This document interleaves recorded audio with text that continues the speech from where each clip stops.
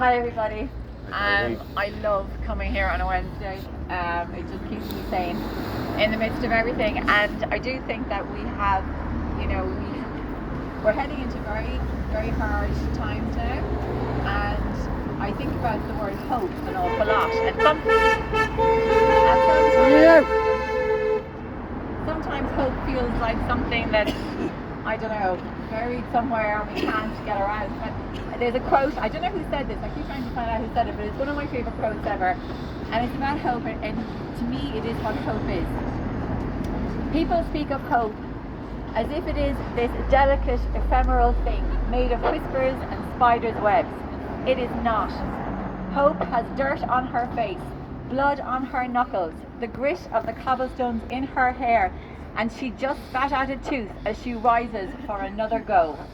That is hope. That is hope, and that is what we hold on to in the midst of our horrific despair.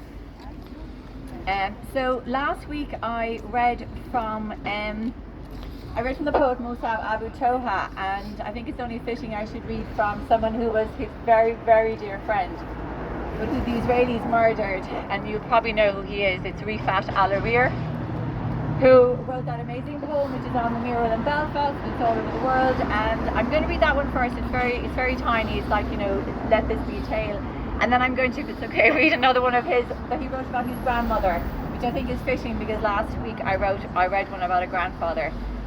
So Rifat was murdered by the Israelis. He was a highly educated man. He was such a pacifist. Even his voice was so gentle. And after he died, about 3 weeks later, his very first grandchild was born. And the world, I think, rejoiced in her life. And then the Israelis killed her too. They killed her and her mother and other members of the family. That is what they do. They target families. They want to destroy Palestine. We just cannot let them do it. So this is his one, Let It Be a Tale.